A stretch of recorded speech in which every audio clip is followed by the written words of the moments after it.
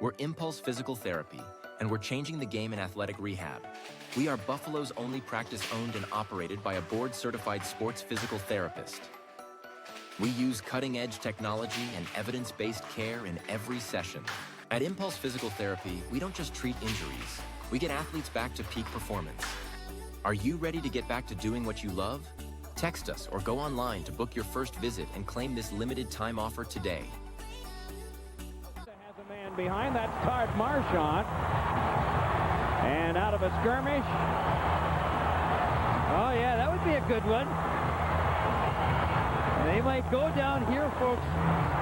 In terms of weight, Gionta would have a slight edge. In terms of height, it would be Marchant. Yeah. Oh, they're going to go at it. All right. Marchant with a couple of short rights.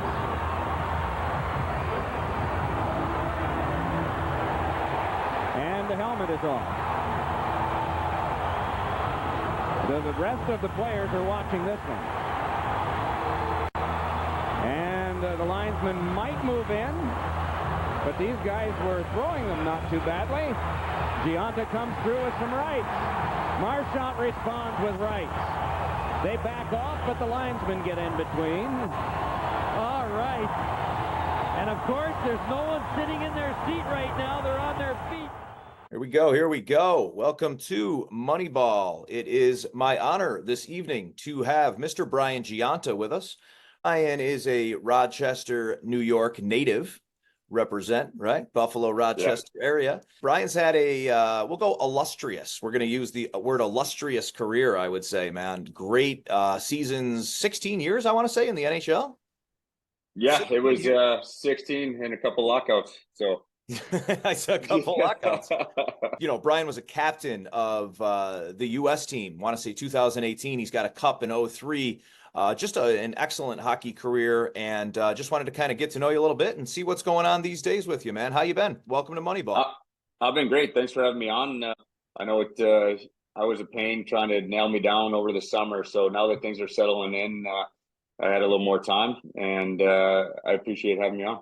No, man, it's my pleasure. Like I said, you know, and you say it. We're kind of just diving into, I guess, the youth hockey season, which anyone who's involved with travel hockey, and you obviously all the way back from when you were a young buck yourself playing all the way up to now coaching, know how crazy it can be. You know what? Let's go right into that. I think we're going to hit the nail. We're going to go right into that, man. I was going to ease in. I was going to stick the foot in the water, but we're going to do. What's going on, man? Is it getting worse? Was it the same way when you were younger? I mean, give me a little feedback on what you think the state of youth hockey is. I would say it's beyond youth hockey. It's youth sports in general are absolutely absurd. So my boys both obviously play hockey, but my daughter plays soccer. I'd say youth sports have just gotten out of hand. I don't remember them. How old being are they all? way. How old are they all, Brad? I have a 19-year-old son, 16-year-old daughter, and then my youngest is 12. Youngest son is 12. Okay. So I've seen my oldest one come through all youth hockey, and then obviously my little one's still in it. So it's insane. Like, and what I kind of twisted to is that the parents are looking for something out of it themselves, whether that's justification that their son or daughter is great at something, they're living vicariously through them because they weren't able to do it, or they're looking for a scholarship, they're looking for pro. And it's just, I think we've lost perspective on what sports mean to us and what they're meant for us to do. And for me, it's a smaller microcosm of life, right? Like, you learn how to be a part of a team, you learn how to be a good teammate, you learn how to be selfless, you learn how to work for a group, all these lessons that carry you throughout life. I think that's where it starts. And I think we've just lost sight of our end game of what it's supposed to be. And if we rewind it a bit and had that perspective, I think we'd be much better off. Tell you what, brother, I could not echo that sentiment any more than what you just said. And I am a coach myself, and I've just kind of seen it. Like, I don't remember, when I was a kid, first of all, the money, travel sports, you know what I mean? Like, when I was young, it's become very elitist in the sense that right. It's so expensive. Everyone doesn't matter what sport it is, skill sessions and workouts and all this trying to keep up. And it's priced people out of it. And hockey's one of the worst because it's already expensive. Like equipment, sticks, everything involved with hockey, ice rentals is expensive. You just can't do it at the park like you would soccer, baseball, or basketball. But it's gotten way out of hand. I researched you. We're the same age. However, no, actually, I'm older. I'm turning 46 in a week. So You're a couple months. A couple months, man. You know, but I remember when I was younger, man, playing street hockey, and we had a piece of paper and we'd keep stats, and like we were so in love with the sport. Like it was just an absolute passion. You know, as soon as the bus came, we'd all jump off, and the goalie had his pads on, and we would play until it was dark. I remember setting my watch back. I got grounded because I had to lie about the time, like the 6 o'clock dinner, you know. My watch broke, you know. But that's how passionate we were. And then baseball, you played with all the other kids. There was an all-star game, and those were your like elite level kids. And now, like you just said, man, I'll echo it, just different levels, you know. And you know what's funny, Brian? You'll hear people say, "Oh yeah, my son plays travel for so and so," and you'll say, "Oh, my son plays travel," and they'll go, "Oh, a double A. Oh, I'm sorry." Yeah. Right. Yeah. Like it's insane. Like there's something wrong with that. Like yes. Like it's so there's a couple things with that. Obviously, my youngest son, he's at West Seneca, which is double A.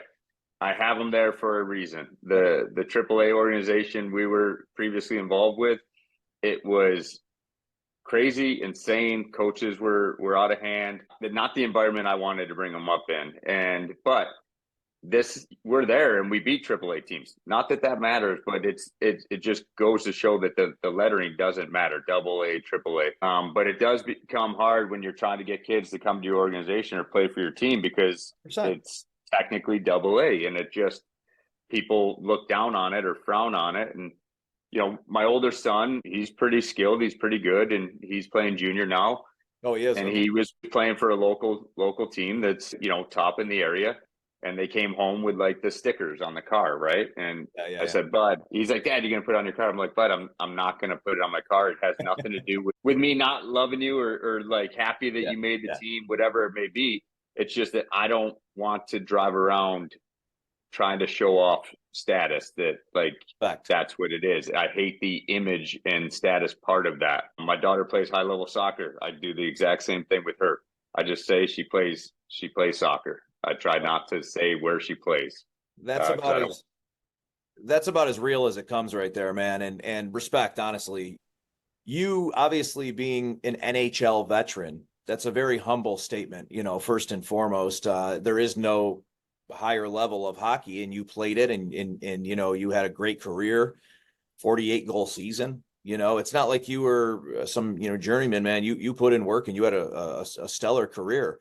But to have that humble of a take on it is just, it's more refreshing and more respectful to hear. And, you know, I do find the more guests I have on the show, it's almost like the more level of respect I kind of have for these guys, right? Or the better the career has been, they have that similar attitude. You know what I mean? And I love what you said earlier about the dads trying to prove something, you know, because if you look at some of these guys, and I don't want to ever judge a book by its cover, but usually, man, the shoe fits, right? It's one of those things.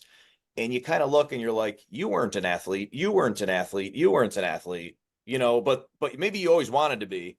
So stop yelling at your kid because he didn't win a face-off, bro. Yeah, you know, you wouldn't have won any of those face-offs. And I just feel bad for the kids sometimes, you know, that are in the heat of it all, because we're Southtown Stars. You know, we have a good little squad, 2013.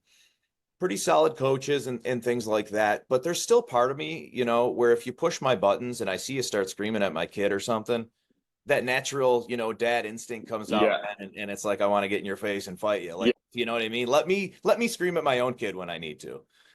So like I mean, this could be hours and days for sure. It, right? So like for me, I lived my journey. I did my thing.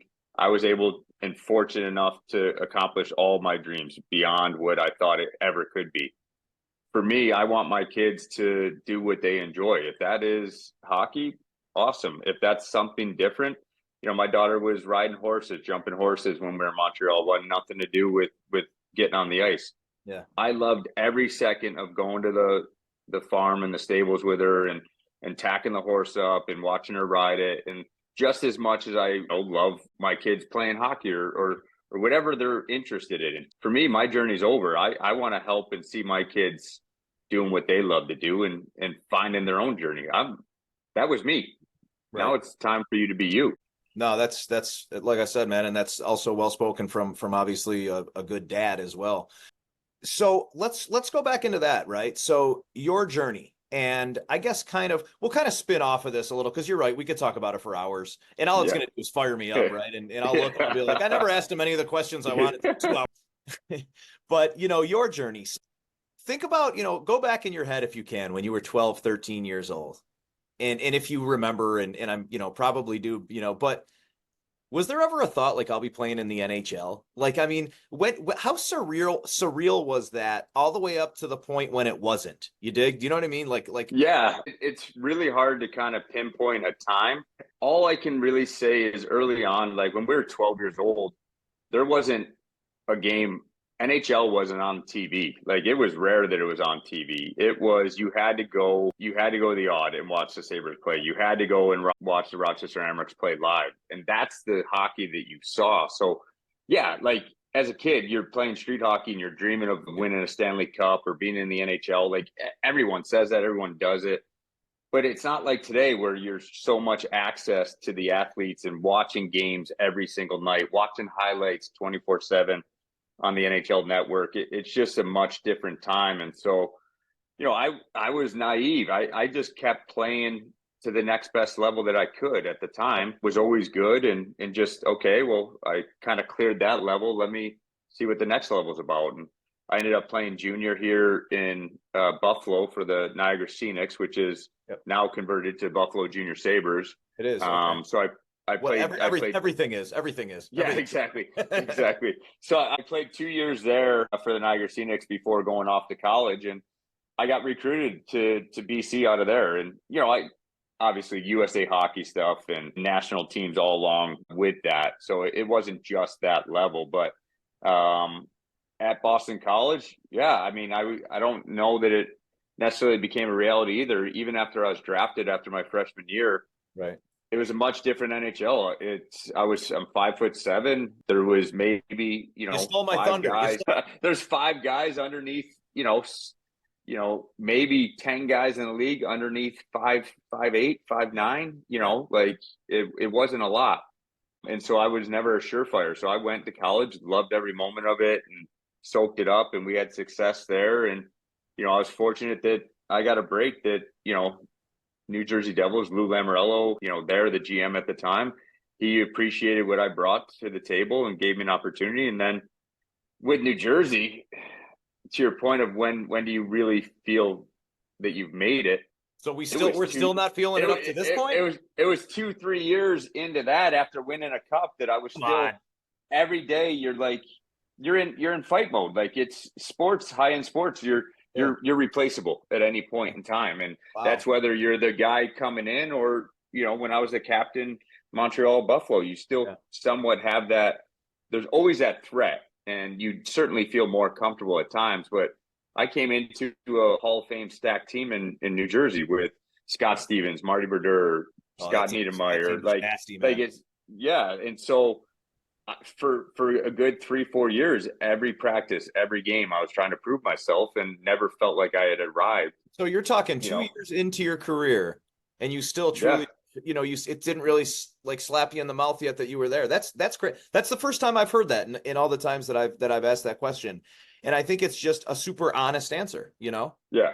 I mean, I just never felt like I had arrived. You're there, you're feeling the moments, you're lining up against Lindros, or you're getting smoked by a Rob Blake on the ice, and you're like, man, like, this is real. This is no longer college. This is no longer junior.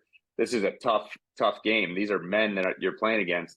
You have those moments, but I never felt like I had arrived until it was 2-3 years into the league where I'm like, okay, I can breathe and kind of see this for what it is. What's that feeling like playing against guys like that a couple years prior you were hitting twice and top button, right, to try to beat them on a breakaway? Yeah. Like, what is it like, as far as that aspect of it, man? Yeah, it's like I said, it's everything you think it would be. You're lining up against a Messier, or like Same. I never got to play against Gretzky, but like you're playing against Lemieux. Like there's guys that have just done everything in the game, and you did play against Lemieux? Yeah. I think When he Gretzky come was back Gretzky was like 2 years before or something. Yeah, I came in 01 and he retired in 99. So Okay. I missed him by a couple years. Yeah. 99 and 99. Okay. Never thought Yeah. about that. Yeah. But I don't even remember Lemieux coming back. That was when he had the non-Hodgkins or whatever, and I think he came back. Yeah. So he had come back. I mean, he played with Lemieux, like he played with Crosby. So Crosby broke into the league after the lockout. So he was probably 05, 06, was probably in his range of retiring Lemieux. So I've been in the league a few years with him.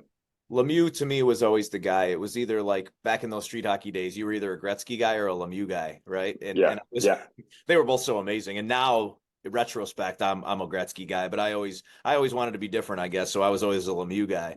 Yeah. But, seeing some of those guys, man, were they as good as advertised, right? And I guess, from a class level too, is there anyone? I guess you don't really want to throw out names, but you have these ideas of people in your head, almost like how they're going to sound when they talk, right? Or a move they're going to put on you.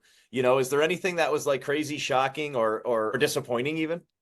No, I mean, not disappointing. It was, listen, they're like, there's another level, like Lemieux, Gretzky, Crosby, those guys are all different levels. And, but when you have that realization that you're on the ice, you can't be thinking that like in that awestruck kind of feeling. You have to realize that you should be there. You've earned it. You have every right to be out there, and you're just as good in the sense that you can compete against these guys on a nightly basis. And if you don't think that way, then you shouldn't be playing against them, right? So yeah, am I comparing myself to an Ovechkin or a Crosby in their career status? No, but there's plenty of nights that we took them down. And in Montreal, we closed the Igloo. And we were down 3-1 in a playoff series against them, and we took them down. So like that's the kind of what I'm saying is listen, you're nowhere near their status, but you can compete on an every night basis against those guys. One thing with you, I never felt that you played like a 5'7" player. And what I mean by that is there's guys, shout out, Ennis. I think Ennis retired today. Yeah. 13 years. Shout out to him, whatever. But I think he was 5'6", 5'7", maybe. I could be wrong. But there's guys that just kind of played their size. A Theo Fleury type, right? I guess, right? Something like the way he was gritty. And some of those guys, I almost feel like they had to do things to make up for it, whether it be like cheap shots or dig in the corners and earn it that way and be a more gritty player. You didn't play like that. You didn't, in my opinion, you didn't play like the 5'7" player. You had more grace, like kind of a natural ability to score. I think you gave a different kind of hope and outlook for some guys who might not have, the height advantage. Yeah. What would be your recommendation or what is something that you would say, to kids who definitely have a great skill level and they love the game, but they just don't feel like they're big enough to play? What would you say to them? I think times have changed, first of all. Like you've seen the evolution of the NHL.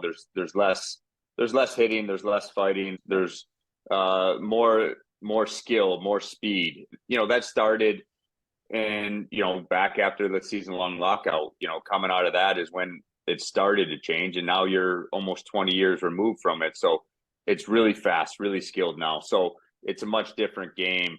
I never really listen, you had to come in, I had to prove myself in the old NHL. I had to do a lot of things like you talked about, being gritty and standing up for yourselves and fighting off more than you could chew a lot of times against guys that you shouldn't be standing in there with. But there was that feeling out period. And then after that, you come into your game and you start to settle into what you are. And it's a little maturity, right? Like it's a little of that. It's a little that you have longevity. You no longer can have your body just be beaten up night after night. So there's layers to that question that's hard to really kind of justify. But I think at the end of the day, I never saw myself as 5'7".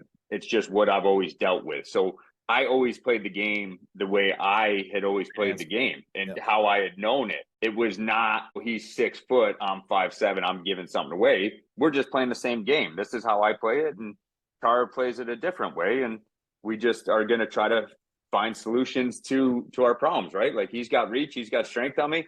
Okay, I have lower center of gravity. I got to get underneath him. And it's just things like that. I didn't look at myself any different. That's just how I played.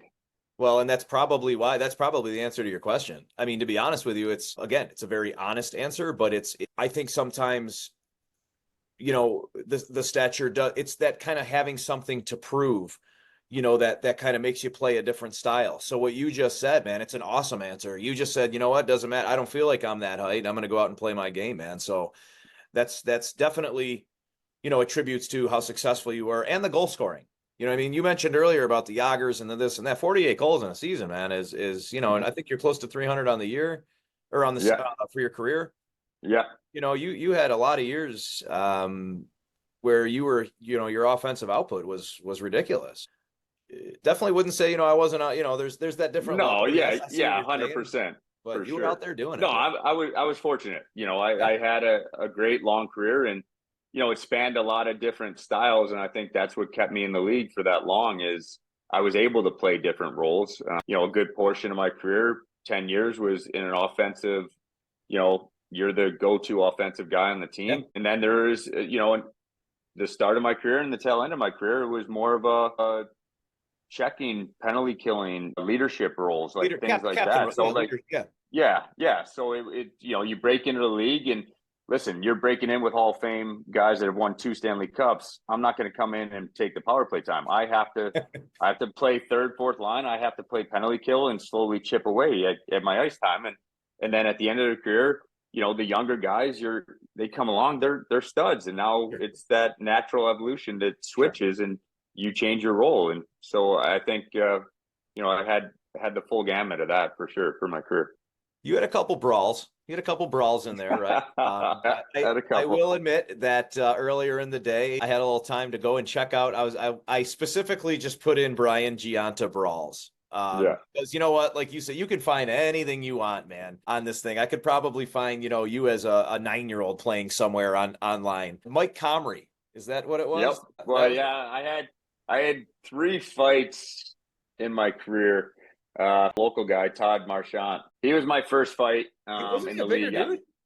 He was not bigger by any means. He was bigger than me, as most people are. He was probably 5'9", 5'10". Okay. He was in my same class. All right. I would say. So we were playing them. I think he was playing Edmonton at the time, and we were, scrum happens in front of the net. Everyone grabs someone, and we're just kind of holding each other. Yep. And then all of a sudden he starts swinging, and I wasn't ready for it. Young and naive. I should have been ready. Is this your first fight ever? Is this your first fight in the NHL? Yeah. And did well. We both, I would call did well. He did well.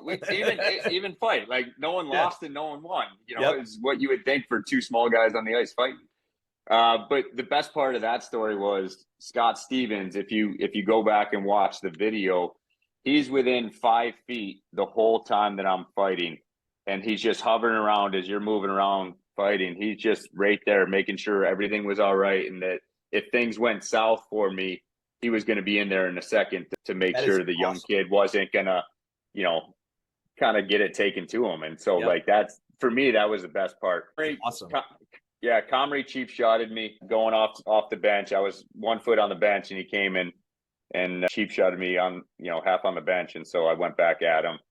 And then me and Mark Recchi had a little thing when we had a huge brawl against Boston when I was in Montreal. Brad Marchand started the whole thing. He ran someone, and then it just kind of escalated from there. We all have a not so great opinion of him, right?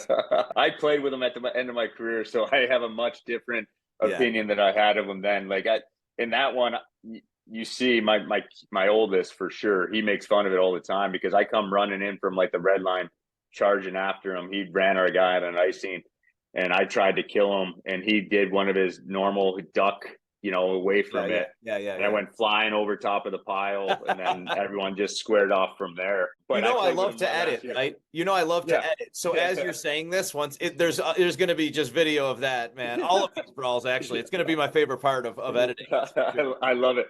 And so then I played with him my last year. I went to Boston and played after the Olympics, and great guy, great teammate, like good leader, like really good guy. much different opinion than I had when I was in Montreal playing against him for those years. Yeah, and that's one of those things, right? That he's one of those guys that you want to hate, right? You watch him play and just that snarky look on his face or whatever, but he's probably a great teammate. Yeah. You know, a guy that you want on your side. Exactly. And he plays his role to a T. Like, you want to kill him all the time. And, you know, it gets you off your game. And that he's been very successful at that. And, you know, he's had success. They've won cups, and, you know, he's been in playoffs. So you can't argue with it. Yeah. He's always on that top 10 of most hated. Exactly. You know, he's got a role. Are you still working with Niagara? No, I had to pull away from that. So I help out with my son's junior team. Yeah. And in order to do that, older son, you're helping with that one. Yeah, my older son. Yeah, I help with him. And so they're all college age recruiting kids. And so you can't work for a university also. Is he in college, or you can't do both, right? With juniors, is it? You can. So he's playing like in a U.S. junior team right now that he's on track to play college after. He's basically a post-grad. He's a post-grad. He's 19. He's got that's 2 more years. Because he's 19. So yeah. kind of doing it the other way, right? Yeah. Majority of your kids, 75% of your kids, at least in hockey, go in at, 19, 20 years old as a freshman to play college hockey. Whether that's Division I, Division III, like that's the age that they go in now. Your exceptions, your first round draft picks, all those guys go in at 18 years old, normal age, but majority of them don't. And so he's in that process. He's in his journey now.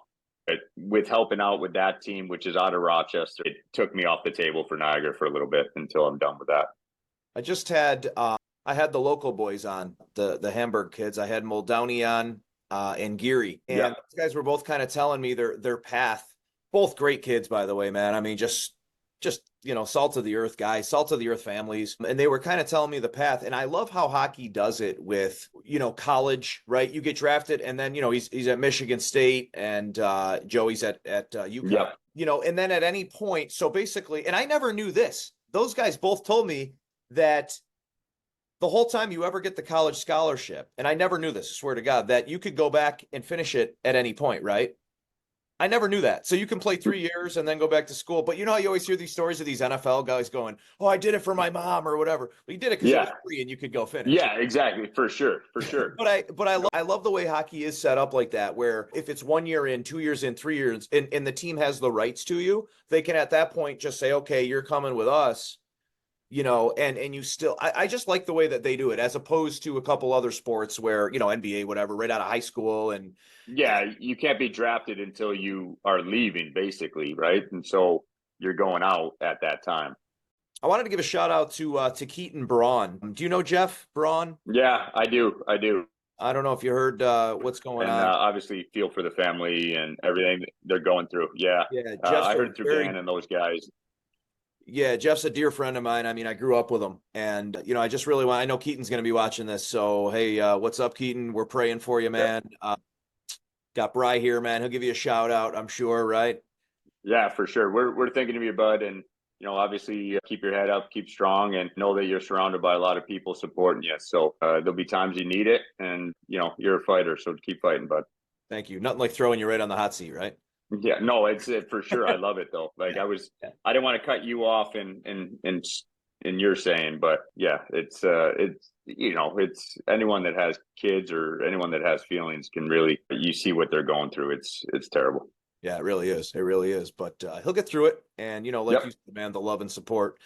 I won't keep you all night. Let me go into a couple of fun questions here. Rochester or Buffalo? Who's got better food? Man. And don't tell me that garbage plate is up there, man. No. I mean, that's high school. That's high school good food. Yeah. Buffalo has, and it's. I think it's got better food, and it's probably just because I'm here more than I'm in Rochester these days, right? I've been here for 10 years now since I started playing for the Sabres, and we've just resided here throughout the school year. So now, for sure, I think Buffalo has it by a little bit. What are a couple of your local go-tos in Buffalo? I love, I'm out in Clarence, so I love Neat. There's Gertie's, which is right around the corner from me. There's a little place called Toasted. I like those little mom and pop shops that those are what get me. Have you had? I had Chef Darian Brian on. Dude, I follow him on Instagram. I've never. He's been on the I show. love what he's doing. Yeah, Yeah, I got to. I'll I send you got the to link hit him for up. it. He's just a great dude. He's just like, you know, you'd think he is. And yeah, Nice. he's doing things, Yeah. man. He did like Yeah. a National Dodge Ram commercial, man. He's just like Okay. he's just that likable dude. But he's got a couple of those. The one where they, you know, they cook. Oh my God, for the Plating Society. Yeah. You know, where you Yeah. line up a bunch of the boys and cook, and it's just a cool idea. And Roost, I was at the other day. Have you been over there?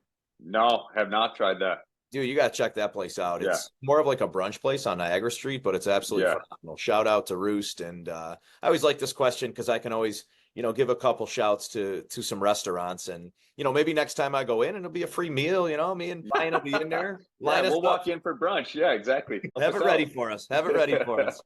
This was a lot of fun, man. I'm really glad we took the time getting to know you a little bit. Like I said, I have a feeling I could sit down and talk with you for hours, you know, so hopefully we'll be seeing each other around the rink. And it was great, man. Thanks for coming on, buddy. Yeah. Anytime you have a lull and guest, hit me up. I absolutely will. Appreciate it. We'll talk soon, brother. Good luck with the hockey All right, season. bud. All right, man. Thanks. Talk to you Take care. soon. See ya.